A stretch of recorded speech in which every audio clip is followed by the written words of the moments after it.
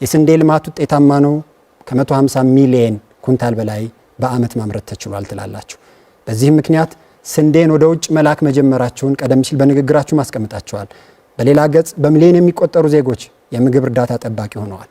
ምርቱና ሉዓላዊነቱ የቱ ጋር ነው?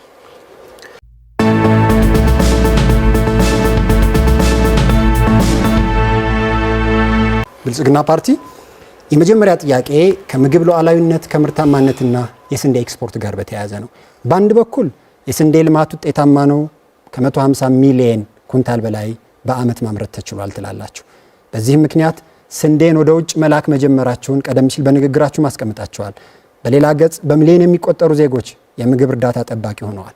ምርቱና ሉዓላዊነቱ የቱ ጋር ነው? እንግዲህ አገራችን ኢትዮጵያ በስንዴ ልማት በብልጽግና አመራር ስር ትልቅ ምርታ አስመዝግባለች። ከነበርንበት ዝቅተኛ የስንዴ ምርታማነት 150 ሚሊዮን ያልከው ሳይሆን በአምና የበጋና የክረምት የምህር የስንዴ ምርት በአጠቃላይ ወደ 280 ሚሊዮን ኩንታል ማምረት ችለናል። በዚህም ደግሞ አገራችን የፋኦ አግሪኮላ አዋርድን እውቅና አግኝታ በተለያዩ ዓለም አቀፍ ተቋማት የተወደሰችበት በርካታ ታዳጊ ሀገሮች ኢትዮጵያ በምግብ ራሷን ለመቻል በስንዴ ራሷን ለመቻል አንገቷን ቀና ለማድረግ የምታደርገውን ጥረት በአድናቆት እየተመለከቱ ያሉበት ሁኔታ ነው ያለው። ከዚህ አንጻር የስንዴ ምርትና ምርታማነታችን እያደገ መሆኑ ግልጽ ነው። ነገር ግን የኑሮ ውድነቱ አለ። የኑሮ ውድነቱ ከምን መጣ የሚለው የስንዴ ምርት ማነስ ያመጣው ጉዳይ ሳይሆን አንዱና መሰረታዊ ጉዳይ የማምረቻ ወጪን ይመለከታል። ሀገራችን ኢትዮጵያ እንደሚታወቀው ለማምረቻ ግብአት የሚሆኑ ጉዳዮችን ከማዳበሪያ ጀምሮ ከነዳጅ ጀምሮ አግሮ ኬሚካሎችንና ማሽነሪዎችን ከውጪ ሀገራት ነው የምናስገባው። በዚህ ሂደትም የማምረቻ ወጪያችን ከጊዜ ወደ ጊዜ በዓለም አቀፍ ሁኔታዎችና በነዳጅ ዋጋ መጨመር፣ በኢነርጂ ዋጋ መጨመር እንዲሁም ደግሞ በሚከሰቱ ጂኦፖለቲካዊ ሁኔታዎችና ጦርነቶች የማምረቻ ዋጋ እየጨመረ መጥቷል። ስለዚህ ከዚህ አንጻር አርሶ አደሩ በከፍተኛ ዋጋ ያመረተውን በከፍተኛ ወጪ ያመረተውን ምርት በዝቅተኛ ዋጋ ሽጥ ብሎ ማስገደድ አይቻልም። መንግስት እንደ መንግስት የሚያደርገው የአርሶ አደሩ የማምረቻ ዋጋ እንዲቀንስ ከፍተኛ ትኩረት ሰጥቶ አሁን ያለው የከተማ ነዋሪዎችን ቋሚ ገቢ ያሏቸው ዜጎች የምግብ ሉዓላዊነትን የማረጋገጥ የሚፈልግና አረጋግጣለሁ ያለ ሀገር የምርት ሉዓላዊነትን ሳያረጋግጥ እንዴት የምግብ ሉዓላዊነትን ሊያረጋግጥ? የምግብ ሉዓላዊነትን ማረጋገጥ በአንድ ጀንበር የሚፈጸም አይደለም። ያለንን የተፈጥሮ ጸጋ ተጠቅመን ወደ ምግብ ሉዓላዊነት ሊያሸጋግረን የሚችል ስራ እየሰራን ነው ያለነው። ከዚህ አንጻርም ከውጭ የምናስገባው የነበረውን ማዳበሪያ በሀገር ውስጥ ለማምረት ትልቅ እርምጃ ተራምደናል። ለምሳሌ ያለንን የተፈጥሮ ጋዝ ሀብት በመጠቀም በሀገራችን በአመት ወደ 3 ሚሊዮን ሜትሪክ ቶን ዩሪያ ማስመረት የሚያስችል የማዳበሪያ ፋብሪካ የግንባታ ስራው በይፋ ተጀምሯል። ያ በሚጠናቀቅበት ጊዜ ኢትዮጵያ አሁን ከምትጠቀምበት የዩሪያ መጠን በሁለት እጥፍ ያደገ ምርት እናገኛለን በሀገራችን ውስጥ ማለት ነው። ይሄ ከግብአት አኳያ የምግብ ሉዓላዊነትን ለማረጋገጥ የምናደርገውን ጥረት ወደፊት የሚያራምድ ይሆናል። የምግብ ሉዓላዊነት አረጋገጥን የሚለው ፓርቲና መንግስት የምግብ ሉዓላዊነት በተረጋገጠበት ሀገር የምግብ እጥረት ያለባቸው ዜጎች በሚሊዮን የሚቆጠሩ ሆነዋል። እነዚህን ሁለት የሚጋጩ ሀሳቦች ላይ ምንድነው እናንተ ሀሳብና እንዴት ነው የምታስታርቋቸው? እኛ የምግብ ሉዓላዊነትን አረጋግጠናል አላለም። የምግብ ሉዓላዊነትን ማረጋገጥ ትልማችን ነው። የምግብ ሉዓላዊነትን ማረጋገጥ ማለት በአንድ ሀገር የምግብ ምርትን እስከ እሴት ሰንሰለቱ ድረስ እሴት እስከሚጨመርበት ድረስ ምግብ የሚመረትበትን ስርዓት መቆጣጠር መቻል ነው። ከዚህ አንጻር የሚጎሉ ነገሮች እንዳሉ እናምናለን። መቼ ነው ኢትዮጵያ የምግብ ሉዓላዊነቱንና የምግብ ምርት ወይም የግብርና ምርት ሉዓላዊነቱን የምታረጋግጥ? የግብርና ትራንስፎርሜሽንን ስታረጋግጥ ነው። በየብልጽግና ማይልስቶኖቻችን አስቀምጠናል። በ2040 ሙሉ በሙሉ ማለት ነው ኢትዮጵያ የምርትና ምርታማነቷ መጠን ዓለም ከደረሰበት በላቀ ደረጃ ይሆናል። በዓለም 400 ሚሊዮን ህዝቦችን መመገብ የሚችል ደረጃ ላይ ትደርሳለች ነው። በሁለተኛ ደረጃ ደግሞ በ2025 እንደ ኢትዮጵያ አቆጣጠር የምግብ ዋስትናችንን የምናረጋግጥ ጊዜ እንደሚሆን በግልጽ አስቀምጠን እየሰራን ነው ያለነው። የመሬት ስሪትና ባለቤትነት መብትን በተመለከተ የመሬት ስሪት ላይ የብልጽግና አቋም ምንድን ነው? የመሬት ስሪት ላይ ያለን አቋም የህገ መንግስቱ አንቀጽ መሻሻል ላይ ካለን አቋም ጋር ተመሳሳይ ነው። እንደሚታወቀው የመሬት ጉዳይ በኢትዮጵያ በእጅጉ ሴንሲቲቭ የሆነ ጉዳይ እንደሆነ እናምናለን። ከዚህ አንጻር የኢትዮጵያ የመሬት ጉዳይ የኢኮኖሚ ጉዳይ ብቻ ሳይሆን ከኢትዮጵያ ብሔር ብሔረሰቦችና ህዝቦች ማንነት ጋር የተቆራኘ ራስን በራስ ከማስተዳደር እንዲሁም ደግሞ ከማንነት ጋር የተያያዘ በመሆኑ የመሬት ስሪት ላይ ያለው ጉዳይ የህገ መንግስቱ አከራካሪ ነጥቦች ውስጥ አንዱ ስለሆነ ህገ መንግስቱ በሚሻሻልበት አግባብ በአንድ ፓርቲ ማኒፌስቶ የሚወሰን ሳይሆን በምክክር ሂደቱ አጠቃላይ የሚመለከታቸው ባለድርሻ አካላት የፖለቲካ ሊቃንና ህዝቡ ተሳትፎበት የሚወስነው ጉዳይ እንጂ ቀለል አድርጎ ፓርቲዎች በሚያቀርቡት በክርክር መድረኮች ላይ እንደዚህ አይነት ህገ መንግስታዊ ነክ ጉዳዮችን ወደ ሀገራዊ ምክክሩ በመውሰድ መሸሸጊያ ታደርጉታላችሁ። በግልጽ የኢትዮጵያውን ጥያቄ የግለሰብ መሬት የመሸጥ የመለወጥ መብት ላይ ብልጽግና ፓርቲ ያለውን አቋም ማወቅ ይፈልጋሉ። ምንም መሸሸጊያ የምናደርገው ነገር አይደለም። እየተናገርን ያለነው አቋማችን ነው። አቋማችን ምንድነው? በራሳችን በብልጽግና ፓርቲ ብቻ አይወሰንም፣ በኢዜማም አይወሰንም፣ በፓርቲዎች ማኒፌስቶ የሚወሰን ጉዳይ አይደለም ነው አቋማችን። ይሄም ራሱን የቻለ ግልጽ አቋም ነው። እንደ ፓርቲው አቋሙ ምንድነው ለሚለው ህዝብ ጥያቄያችሁ በእኛ የሚወሰን አይደለም የምትሉ ከሆነ በዚህ ጉዳይ ላይ አቋማችሁን አውቆ ለሚመርጣችሁ ህዝብ ምን አይነት አቋም እንዳላችሁ በምን ያውቅ? በዚህ አቋም ላይ አቋማችንን ለምክክር ኮሚሽኑ አቅርበናል። በእኛ የሚወሰንና በእኛ የሚፈጸም ጉዳይ ስላልሆነ እንደ ብልጽግና ፓርቲ እንደዚህ አይነት አወዛጋቢና አከራካሪ ጉዳዮች በመላተ ህዝቡ ተሳትፎና በሊቃን ክርክር በሊቃን ምክክር በሰጥቶ መቀበልና ኮምፕሮማይዝ በማድረግ የሚፈጸሙ ጉዳዮች ስለሆኑ የምርጫ ማኒፌስቶ አድርገን ልናቀርበው አንፈልግም። አጀንዳው የብሔራዊ ምክክር ኮሚሽን ነው። የህገ መንግስት አንቀጽን በራሳችን ጽፈን ለህዝብ የምናቀርብ ሰዎች እንዳልሆንን እንደ ብልጽግና ፓርቲ አስረድተናል። ከዚህ አንጻር የመሬት ጉዳይም አከራካሪ አጀንዳ እንደመሆኑ ወደ ማዳበሪያ አቅርቦት እንምጣ። የማዳበሪያ አቅርቦትና ስርጭት ላለፉት 3 አስርት ዓመታት አንዴ በመንግስት ሌላ ጊዜ ደግሞ በፖለቲካ ድርጅቶች እና ንክኪ ባላቸው የንግድ ድርጅቶች በሞኖፖል ተይዞ ነበር። ለምንድን ነው ከማዳበሪያ አቅርቦትና ስርጭት መንግስት የማይወጣው? የማዳበሪያ አቅርቦትን በተመለከተ መንግስት ከወጣ ለአርሶ አደሮቻችን ማዳበሪያ በበቂ ሁኔታ ማቅረብ አዳጋች ስለሚሆን የግል ሴክተሩ ለምን ይሄን አይሰራው? የግል ሴክተሩን የሚከለክል አሰራር የለም። ማቅረብ ይችላሉ። አሁን የአበባ እርሻዎች የግል ኢንቨስትመንቶች በግላቸው እያስገቡ ያለበት ሁኔታ ነው ያለው። ኢኮኖሚ ሁኔታችንም የማክሮ ኢኮኖሚ ሁኔታም ሪፎርም ከማድረጋችን ጋር ተያይዞ ይህንን የሚፈቅድ አሰራር እየተተገበረ ነው ያለው። በተለያዩ አካባቢዎች ማዳበሪያ ገዝተው የሚጠቀሙ ግብአቶችን ገዝተው የሚጠቀሙ አሰራር እየዘረጋን ነው ያለነው። ማዳበሪያ ግን ለግል ሴክተሩ የማንተው አንደኛውና መሰረታዊ ነገር በየአመቱ ከ1.4 እስከ 1.5 ቢሊዮን የአሜሪካ ዶላር በጀት መመደብ አለብን፣ በውጭ ምንዛሪ ማለት ነው። ይሄ ለግል ሴክተሩ ብንተው መንግስት ጣልቃ ካልገባና መንግስት ለዚህ ጉዳይ ቅድሚያ ካልሰጠ የምርትና ምርታማነታችን ሁኔታ ስለሚጎዳ ነው። መንግስት በመያዙ ምክንያት የተፈጠሩ ችግር ተብለው ከሚነሱት ውስጥ አንደኛ የመንግስት ተቋማት የመፈጸም አቅም ማነስ፣ ሁለተኛ ለሙስናና ለምዝመራ መጋለጥ ነው። በቅርቡ የኢትዮጵያ ግብርና ስራዎች ኮርፖሬሽን ላይ የተከሰተው የ5.6 ሚሊዮን ብር ምዝበራ ለዚህ አንዱ ማሳያ ነው። የመንግስት ተቋም ይሄን በመስራቱ ከእንዲህ ያለ ምዝበራ በስተቀር ምን ጥቅም ተገኘ? አንደኛ ያለው ጥቅም ድጎማም ጭምር ነው የሚሰጠው። መንግስት በየአመቱ ከ84 ቢሊዮን ብር በላይ ያወጣ በእያንዳንዱ ኩንታል ማዳበሪያ ላይ ከ4792 ብር በላይ ቅናሽ አርሶ አደራችን እንዲያገኝ አድርገዋል። ይሄ መንግስት አሰራሩን በመምራቱ በማስተባበሩ የመጣ ነው። ሙስናን በሚመለከት በማዳበሪያ አቅርቦት ብቻ ሳይሆን በተለያዩ ተቋማት ውስጥ ሊፈጸም የሚችል ጉዳይ ነው። ብልጽግና ግን ይሄንን ተከታትሎ ጥራቱን አረጋግጦ ማረም የሚያስችል ቁመና ያለው ስለሆነ የግብርና ኮርፖሬሽንን የፈጸሙትን ስህተት ተከታትሎ አርሞ እርምጃ የወሰደው ብልጽግና የሚመራው መንግስት ነው። ስለዚህ በራሱ የማረም ህግን ተጠያቂነትን የማስከተል አቅም አለው።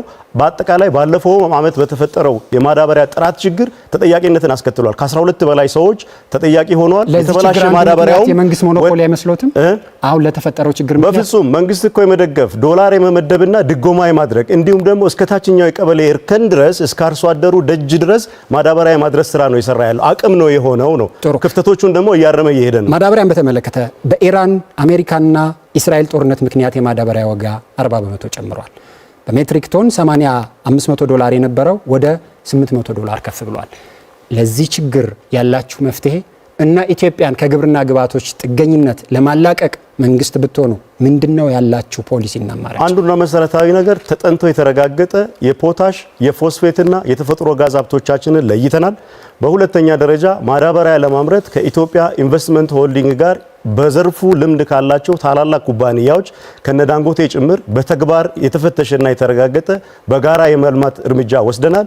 ስለዚህ የፎስፌት ማዳበሪያዎችንም እነዳፕን ጨምሮ ማለት ነው ከዛም ባለፈ የፖታሽ ማዳበሪያዎችን ጭምር በጀመርነው መንገድ አጠናክረን እናመርታለን ማለት ነው። ኢትዮጵያን መቼ በራሷ ማዳበሪያ የምትጠቀም በራሷ የግብርና ምርት ግብዓቶች የምታርስ ሀገር ታደርጓታላችሁ? በሚቀጥሉት 5 ዓመታት በራሷ ማዳበሪያ የዩሪያን በሚመለከት በሚቀጥሉት 3 ዓመታት ከዳፕ ጋር ተያይዞ ደግሞ በሚቀጥሉት 5 ዓመታት ለማድረግ ጥረትና ርብርብ እናደርጋለን። የግብርና ምርትን እና የገበያ ሰንሰለትን በተመለከተ አርሶ አደሩ ምርቴን በትክክለኛና በገበያ ዋጋ እንዳልሸጥ ደላላ ያዘኝ ይላል። ሸማቹ በተመጣጣኝ ዋጋ ምርት እንዳላገኝ አቀባባይ በመሃል ገባ ይላል። ለነዚህ ዜጎች ምንድነው ምላሻችሁ? በሚቀጥለው 5 ዓመት መንግስት ብትሆኑ ምኑን በምን ታስተካክሉታላችሁ? ይሄ ጥያቄ መነሻው ጥሩ ነው። እኛም በተወሰነ መልኩ የምንጋራው ጥያቄ ነው። ጉዳዩን በተመለከተ እንግዲህ በዋናነት ክፍተቱ ምርት በሚመረትበትና ምርት ለገበያ ቀርቦ ደግሞ በሚሸጥበት መካከል ያለው የዋጋ ልዩነት አንድም ከዛ ዋጋ አርሶ አደሩ በአግባቡ እየተጠቀመ አለመሆኑ፣ እንደዚሁም ደግሞ ገዢው ላይ ያለው ጫና ነው። ለዚህ መነሻ የሆኑ ጉዳዮችን እንደ መንግስት እንደ ፓርቲ በደንብ አድርገን ለይተናቸዋል። አንደኛውና መሰረታዊ ጉዳይ የገበያ መሰረተ ልማት እጥረት ወይም ክፍተት ነው። ይሄንን አድሬስ ለማድረግ እንደሚታወቀው ባለፉት ጥቂት ዓመታት ብቻ ከ2000 በላይ የቅዳሜና እሁድ ገበያዎችን ወደ ስራ ማስገባት ይችላል። ስለዚህ የገበያ መሰረተ ልማትን ማስፋፋት አንዱ የመፍትሄ አቅጣጫችን ነው። በዚህ ላይ ግልጽ እርምጃ እየወሰድን ነው። ሁለተኛው የመረጃ ተደራሽነት ነው። ይህንንም እንግዲህ በዲጂታል ኢኮኖሚ ግንባታችን የሰራነው ስራ ቅድም ገልጸነዋል። በደንብ አድርገን የመረጃ ተደራሽነትን እያስፋፋን ነው የሚገኘው።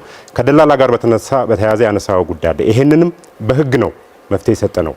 አሁን ላይ በግብርና ምርቶች ላይ በይፋ የድለላ ስራ መስራት ከሰዓታችሁ አንጻር የመጨረሻ ጥያቄ፣ የኢትዮጵያ ግብርና ከበሬ ትከሻ ከሞፈር ቀንበርና ከዝናብ የሚላቀቀው መቼ ነው? አጭር መልስ። ይህን ለማረጋገጥ በርካታ ስራዎች እየሰራን ነው ያለነው። ከ555 አይነት በላይ የግብርና ማሽነሪዎች ከቀረጥ ነፃ እንዲወጡ ፖሊሲ አውጥተን እየተንቀሳቀስን ነው። በዚህም ደግሞ ከነበረን አነስተኛ የትራክተር ቁጥር ከ4500 ያልበለጠ በአሁኑ 27000 ደርሰናል። ወደ 6.8 ሚሊዮን ሄክታር በሜካናይዜሽን እንዲታረስ አድርገናል ማለት ነው። ከዛ ባለፈም ሀገር ውስጥ እነዚህ መሳሪያዎች እንዲገጣጠሙ በማድረግ ከግል ባለሀብቶች ጋር ጆይንት ቬንቸር በመመስረት እየሰራን ነው ያለነው። የፓምፖች፣ የኮምባይነሮች፣ ሌሎች የግብርና ማሽነሪዎችንም ከእንስሳት እርባታ ጋር በተያያዙ በዚህ መንገድ የማትጊያ ዘዴዎችን እያበጀን የብድር አቅርቦት ስርዓትን እያመቻቸን አርሶ አደሩ አርብቶ አደሩ 10%፣ 20 እና 30% በመቆጠብ የግብርና ማሽነሪዎችን እንዲታጠቅ እያደረግን ነው ያለነው። በሚቀጥሉት 5 ዓመታት በጣም ትርጉም ባለው መንገድ የኢትዮጵያን ሜካናይዜሽን ወደፊት እናራምዳለን። ደቂቃው ተጠናቋል። አመሰግናለሁ። ትብብር ለኢትዮጵያ አንድነት የመጀመሪያ ጥያቄ፣ በማኒፌስቶአችሁ ላይ በገጠሩ የኢትዮጵያ ክፍል የኢኮኖሚ ለውጥና ተሃድሶ እንዲኖር በቅድሚያ የገበሬው የመሬት ህጋዊ ባለቤትነት መረጋገጥ አለበት ብላችኋል። የገበሬውን ህጋዊ የመሬት ባለቤትነት የምታረጋግጡት በምንና ምን በማድረግ ነው? መጀመሪያ እኛ በሚቀጥሉት 5 ዓመት መንግስት ብንሆን እንደ ትብብር ለኢትዮጵያ አንድነት መንግስት በሆንን ማግስት በሚቀጥሉት 100 ቀናት ውስጥ ህገ መንግስታዊ ማሻሻያ እንዲደረግ እና ገጠሩ አርሶ አደሩ ገበሬው አርብቶ አደሩ የመሬት ባለቤት የሚሆንበትን ህገ መንግስታዊ ማሻሻያ ህዝብ እንዲወስን ነው የምናደርገው። አሁን አርሶ አደሩ እየተጠቀመበት ያለው መሬት የማን ነው? የመንግስት ነው። ስለዚህ እናንተ ምን በማድረግ ወደ ምንድን ነው የምትቀይሩት? እኛ የምንቀይረው በ3 አይነት መንገድ ነው። አንደኛ ለግል የሚገባውን ለግለሰቦች በወል መያዝ ያለበትን በማህበረሰቡ በአካባቢው በጋራ መልማት ያለበትን በወል ይያዛል። በመንግስት መያዝ ያለበት ደግሞ ተራራ ሸንተረር ለቱሪስት ለማዕድን እና ለልዩ ሀገራዊ ጥቅም የሚውሉትን ደግሞ በመንግስት እንዲውሉ እናደርጋለን። በማኒፌስቶአችሁ ላይ የግል ይዞታ ላይ አርሶ አደሩ የመሸጥ የመለወጥ መብት እንዲኖረው እንደምታደርጉ አስቀምጧቸዋል። እንደዚህ አይነት ማሻሻያዎች በተደረጉ ማግስት የመጀመሪያው ችግር አርሶ አደሮች ከርስታቸው መነቀል፣ መሬታቸው በባለጠጎች መወሰድ ነው። አርሶ አደሩን ከእንዲህ ያለ ችግር ሀገሪቱንም ከእንዲህ ያለው ጥንቅጥ በምን ትታደጓታላችሁ? የመጀመሪያው ነገር አርሶ አደሩ ሸጦ ይነቀላል ማለት ህዝባችንን አለማወቅ ነው፣ መናቅ ነው። የሚሸጠው የሚለውጠው ለምን እንደሚሸጥ ቢሸጥ ምን እንደሚገጥመው ያውቃል። አንድ ነጥብ። በሁለተኛ ደረጃ መንግስት ከሙስና ከብልሹ አስተዳደር በጸዳ መንገድ ክትትልና ድጋፍ ያደርጋል ለዜጎቻችን። አንዴ እንዲሸጡና እንዲለውጡ ከፈቀዳችሁ በኋላ ምንም አይነት ክትትል ብታደርጉ ከመሸጥና ከመለወጥ መብታቸው በምን ልታስቆማቸው ትችላላችሁ? እኛ የሰጠነው ነፃ መብት ነው። መሸጥም መለወጥም ያዋጣናል ላያዋጣንም ብለው የሚወስኑት ህዝብ ነው። ህዝብ ደግሞ ራሽናል ነው። ምክንያታዊ ነው ያውቃል። ስለዚህ አንተ አታውቅም እኔ ልቁምልህ የሚል አባባል ነው ከብልጽግና እየሰማ እንደናንተ አይነት ህሳቤ ይዘው ወደ እንደዚህ አይነት የፖሊሲ ማሻሻያ በገቡ ሀገራት የሆነው አርሶ አደሮች መሬት አልባ መሆናቸው። እኛ ኢትዮጵያውያኖች ከሌሎች ሀገሮች በስነ ልቦና በስሪታችን እንለያያለን። ሌላው ሀገር የሰራ ያከሰረ ነገር በኢትዮጵያ ያከሰራል ብሎ መደምደም በራሱ ስህተት ነው። በሌሎች ሀገር ላይ የተፈጠረው ችግር በዜጎቹ ያስተሳሰብ ችግር አይደለም። ገበያው በሚፈጥረው እና አርሶ አደሮች ለጊዜያዊ በሚያገኙት ገንዘብ ምክንያት በዛ ገንዘብ ማለው መሬት መሸጣቸው ነው። 4-5 ሀገራት እንደዚህ አይነት ችግር ተከስቷል። ለምን 4-5 ሀገራትን ብቻ ትጠቅሳለህ? ሌሎች ስኬታማ የሆኑበትን ሀገሮች ለምን አትጠቅስልኝ? እርሱን የርሶ ፕራይቬታይዝ ተደርጎ እነዚህን ሀሳቦች እርሶ ስኬታማ የሆኑ ሀገሮችም አሉ። በቁጥር መግለጽ አያስፈልግም። ሁለተኛ ነገር ይሄ ህዝብ አታውቅም፣ የሚመጣብህን አደጋ አታውቅም፣ ብሸት ትከስራለህ የሚል መላምት በመያዝ ብልጽግናው የካድሪ ማሰሪያ መሬትን እንደ ሞኖፖላይዝ በመያዝ ህዝቡን ባሪያ ያደረገበት መንገድ ነው። መሬትን የመሸጥ የመለወጥ ስልጣንና ፍቃድ የሚሰጡ መንግስታት የባለ ሀብት ጥገኛና በባለ ሀብት የተያዙ ስቴት ካፕቸር ውስጥ የገቡ የመሆን እድል አላቸው። መንግስት ብትሆኑ እንዲህ አይነት የፖሊሲ አማራጭ በመያዛችሁ ምክንያት የሚመጣ ችግርን በምን ታስተካክሉታላችሁ? እኛ መጀመሪያ መልካም አስተዳደርን በማስፈን ፍትህንና ርትዕን በማስፈን ተመራጭ መንግስት ነው የምንሆን። ጥሩ። በማኒፌስቶአችሁ ላይ የሀገራችን ግብርና ከዝናብ ጥገኝነት እንዲላቀቅ ዘላቂ የመሬት ምርታማነት እንዲረጋገጥም እናደርጋለን ብላችኋል። ይሄን የምታሳኩት ምን በማድረግ ኢትዮጵያ በጣም ባለጸጋ ሀገር ናት። የአየር ንብረቷ፣ ከርሰ ምድሯ፣ ከ13 በላይ ተፋሳሽ ታላላቅ ወንዞች፣ መካከለኛ ከ70 ወንዝ በላይ ያላት ሀገር ናት። የሚያለማት መንግስትና ህዝብ ጠፍቶ ነው የሚመራው ህዝብ። ይሄ ህዝብ የሚመራው መልካም አስተዳደር፣ ፍትህን፣ ርትዕን ያሰፈነ መሪ አግኝቶ ስለማያውቅ ነው። እናንተ መንግስት ብትሆኑ ይሄ እድል ይሰጣችኋል። ምን በማድረግ የሀገሪቱ ምርታማነት ከየት ወደ የት ታሳድጉታል? የመጀመሪያው ስራ ህዝባችንን ነፃ እናደርገዋለን። የመሬት ባለቤት እንዲሆን እናደርገዋለን። ግብአትና የእውቀት የቴክኖሎጂ ድጋፍ እንሰጠዋለን። ከመንግስት የሚጠበቀውን ክትትልና አስተዋጽኦ ያለ ገደብ እናደርጋለን። የገበያ ትስስሩን እንዲያገኝ ክፍት እናደርግለታለን። ከካድሪና ከጣልቃ ገብነት ነፃ በሆነ መንገድ የኢትዮጵያውያን የመጀመሪያ ጥያቄ አሁን ያለውን አመታዊ ምርት እናንተ መንግስት ስትሆኑ የት ታደርሱታላችሁ? አሁን ያለውን የግብዓት አቅርቦት መንግስት ስትሆኑ አሁን ካለበት ላይ የት ታደርሱታላችሁ? ነገ ከ5 ዓመት በኋላ የመንግስትነታችሁን አፈጻጸም ሲገመግም በቃላችሁ መጠየቅ ይፈልጋል። የምትናገሩት ቃል የምታሳድጉት ምርታማነት ለኢትዮጵያውያን እንድትነግሩ ኢትዮጵያውያን ይጠይቃል። በጣም ጥሩ።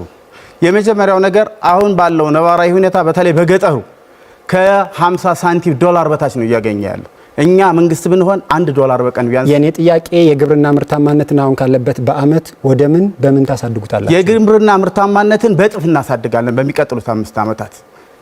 ግብአቶችን ደግሞ በሀገር ውስጥ የሚመረትበትን እድል እንፈጥራለን።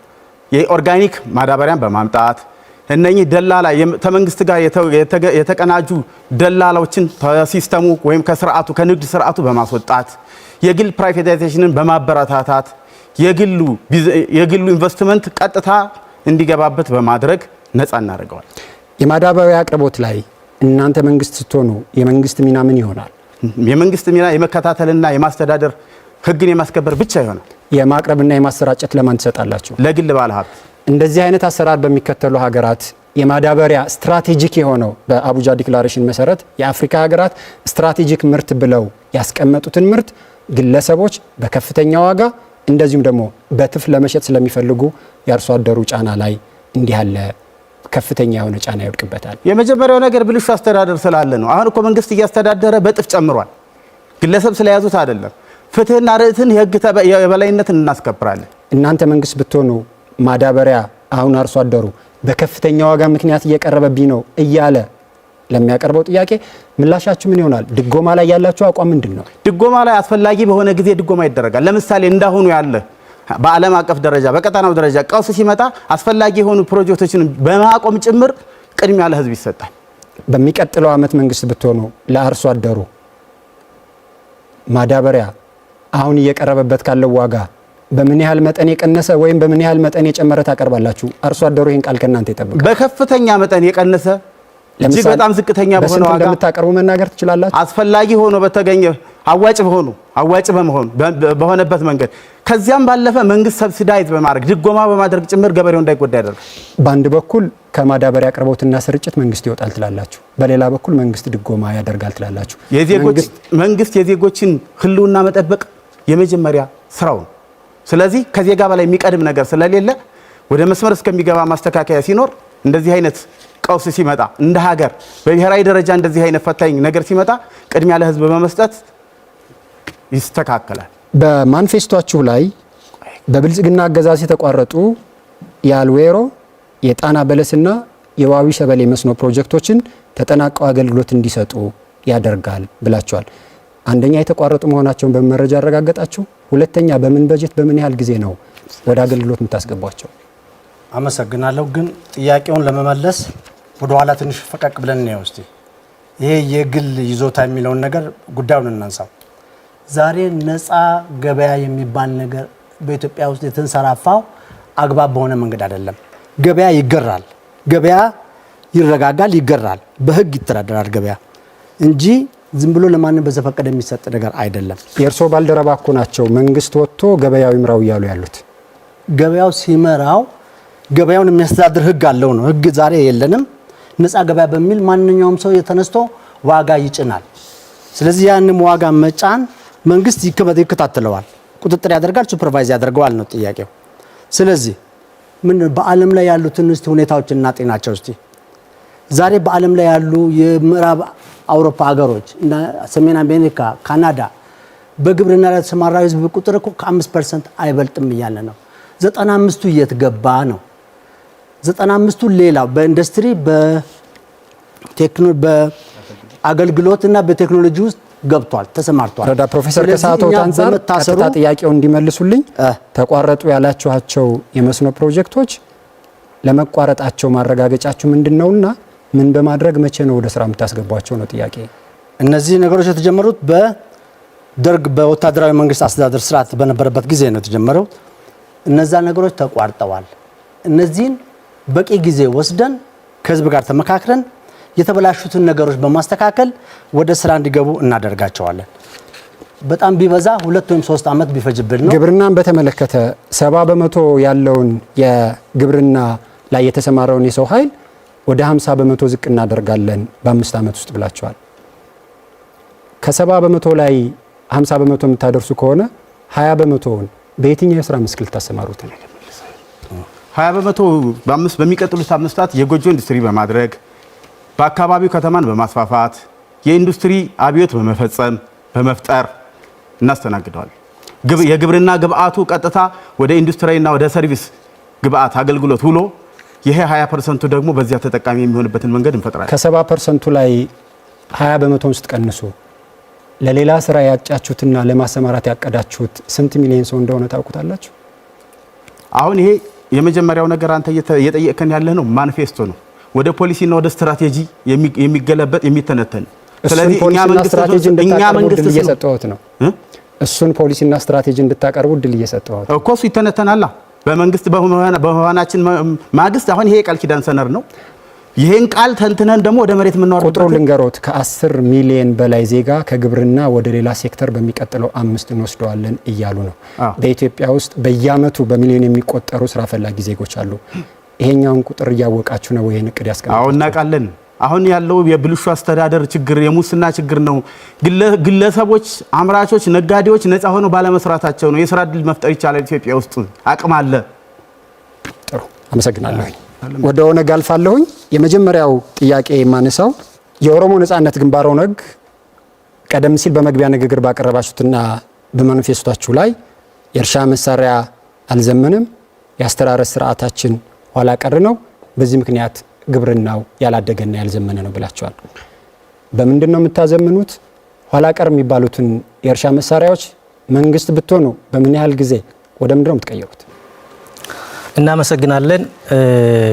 የግብርና ምርት ሂደቱ በዘመናዊ ሳይሆን በትራዲሽናሉ አሰራር እየተካሄደ ነው ያለው። ይሄ ደግሞ ካሁን ጀምሮ ሳይሆን የቆየ ከበሬ እና ከሌሎች ያልተላቀቀ እርሻ ነው እየተካሄደ ያለው።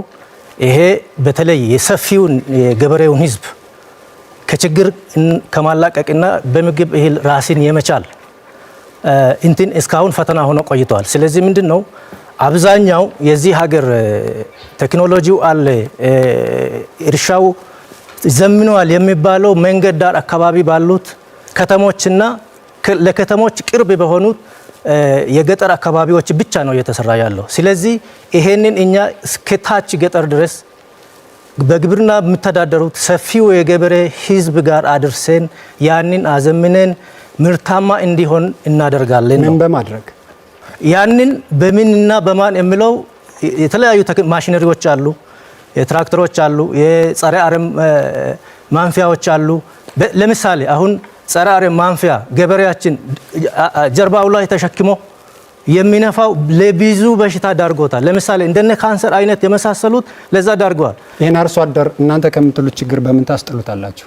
እኛ የተሻለ አሰራር ዘዴን፣ የተሻለ ማሽነሪዎችን፣ የተሻለ ግብርናዎቻቸውን እንዲያዘምኑ አቅርቦት እናደርጋለን። አንድ ሁለተኛው ደግሞ ምንድነው ባለሙያዎቹን ገበሬው ድረስ አድርሰን ምርታማነታቸው እንዲጨምርና በዛ በማሽነሪው ለምሳሌ ኮምባይነር ብትወስድ ወይ ትራክተር ብትወስድ የተወሰኑ አካባቢ ላይ ብቻ ነው ያሉት። ስለዚህ ገበሬው ማሳ ታች ድረስ አድርሰን ተጠቃሚ እናደርጋለን ነው። ለምሳሌ በምግብ እህል ራስን መቻል ተብሎ የሚወራው አሁን ህዝባችን ራሱ በረሃብ አለንጋ እየተቀጣ ነው። ከዛ ነው የምናድነው። የተለያየ ቴክኖሎጂ አቅርበን የተለያየ ማሽነሪዎችን የተለያዩ ግብርና የሚያስፈልገውን በዛ ደረጃ አዘምነን ምርታማነቱን አሳድገን ከተረጂነት እናወጣለን። ከዛም በተጨማሪ የግብርናው ክፍለ ኢኮኖሚ ለሰፊው ህዝብ የስራ እድል እንዲፈጥር እናደርጋለን። በማኒፌስቶአችሁ ቀጣይ ጥያቄዎትን ላንሳላውትና አብረው መመለስ እንዲችሉ ደቂቃ ይኖረውታል። የግብርና ምርታማነትን በማሳደግ ግብርናን የሀገሪቱ ዋና መሪ በማድረግ የአግሮ ኢንዱስትሪ ምርታማነትንም ማሳደግ እንደምትፈልጉ እና ግባችሁ እንደሆነ አስቀምጣችኋል። በማኒፌስቶአችሁ ተናግራችኋል። የአግሮ ፕሮሴሲንግ እና አግሮ ኢንዱስትሪ የምታሳድጉ ከሆነ ከፍተኛ የሆነ ምርት ማሳደግ ያስፈልጋል እዚህ ሀገር ውስጥ። እናንተ መንግስት ብትሆኑ አሁን ያለውን አመታዊ ምርት የሰብል ምርትም ሌሎች ምርቶችንም አሁን ካለበት ወደምን ታሳድጉታላችሁ? ለኢንዱስትሪ በቂ የሆነ ምርት ታመርታላችሁ ወይ? አሁን ለምሳሌ የሲሪያል ክሮፕ የሚባሉት ስንዴ አንዱ ከዛ ይመደባል። በሄክታር ደረጃ የሚገኘው ምርት ዝቅተኛ ነው። በግብርና ምርምር የሚገኘው ከፍተኛ ሆኖ ነው። ለምን ማኔጅመንቱ በጣም በቅርበት ስለሚከታተሉ ከግብርናው አካባቢ ከግብርና ምርምሩ አካባቢ ያለው ምርታማነት ከፍተኛ ነው። ግን ገበሬ ጋር ሲወርድ ለምሳሌ ስንዴ ብንወስድ ራሱ ከ20 ኩንታል በታች ነው ታች ገበሬው። ይሄ ደግሞ የተለያዩ ፋክተሮች አሉ። አሁን እንደነ ማዳበሪያ ያሉ የመንግስት ሪፖርት እንደሚያሳየው በሄክታር እስከ 35 ኩንታልና ከዛ በላይ ደርሷል። እሱ ኖርማሊ ሃይሩ ተወስዶ ነው ከፍተኛው ተወስዶ ነው እንጂ ኢታች ድረስ ይሄ አይደለም። እናንተ የሄክታር ምርታማነት ታደርሳላችሁ። መጀመሪያ ምንድን ነው የሚያደርገው? ኦነግ ማህበረሰቡን ነው የሚያበቃው። በክህሎት በእውቀት ያለውን የነባራዊ እውቀቱን ደግሞ ያጎለብታል።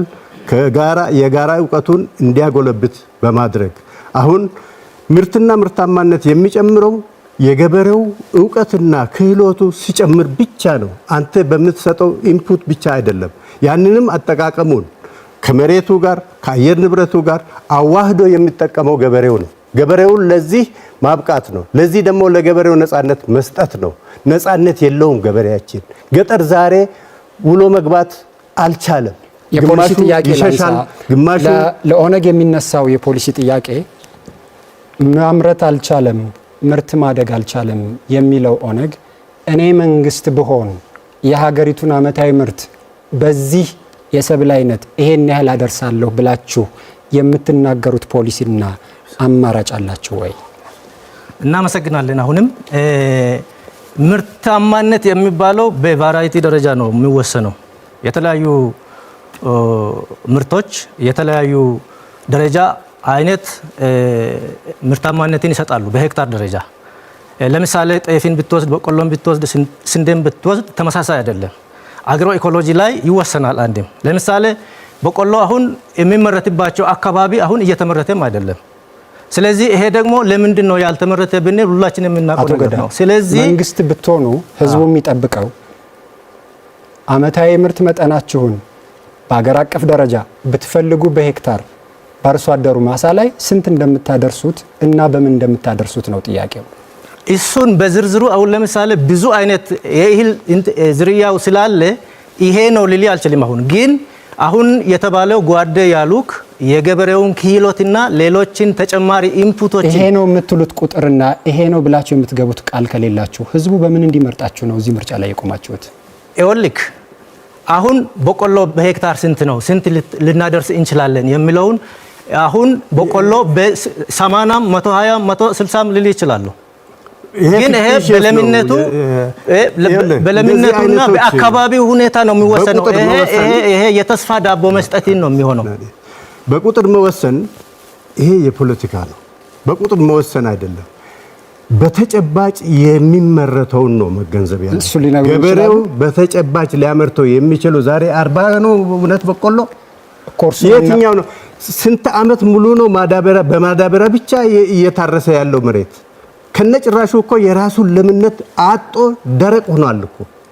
በደረቅ መሬት ላይ ይሄን ያህል አገኛለሁ ተብሎ የሚቀመጥበት ሁኔታ የማዳበሪያ ግን እነዛን ነገሮች እኛ ከስረ መሰረቱ ገበሬውን በማብቃት የራሱን ክህሎት ጨምሮበት ምርታማነቱን እንዲጨምር እናደርጋለን። ያለው ምርታማነት እባክዎትን አንዴ ጥያቄ ላቅርብ። የመሬት ስሪት ላይ የኦነግ ፖሊሲ ምንድነው? የመሬት ስሪት ወይም የመሬት አጠቃቀም ፖሊሲው ኦነግ ምንድነው? የመሬት አጠቃቀም ፖሊሲያችን መሬት የህዝብ ነው። ትውልድ የሚተካበት ሀብት ነው። ስለዚህ ገበሬ የመጠቀም ሀብት የማፍራት ኃላፊነት የመውሰድ እድሉ ይሰጠዋል። ለምንድን ነው አርሶ አደሩ መሬቱን እንዲሸጥና እንዲለውጥ የማትፈቅዱት? ነገርኩ እኮ መሬት የህዝብ ነው። አንዱ ሰው ሸጦ ሊሄድ አይችልም፣ ለማንም ሊያሳልፍ አይችልም። የሚያሳልፈው የሚመጠቀም ነው። ከኋላ ትውልዶች አሉት፣ ልጆች አሉት፣ የልጅ ልጆች አሉት። ያ መሬት የጋራ ሀብት ነው። ለኢኮኖሚ ጥቅሙ መሸጥ ያዋጣኛል ብሎ ካመነ እንዲሸጥ ለምን አትፈቅዱለትም? ለምን እንዳይሸጥ ታደርጉታላችሁ? መሬት ሲጀመር የትውልድ ነው፣ በኦነግ አስተሳሰብ ማለት ነው። አሁን መሬት ላይ ያለን አቋም በጣም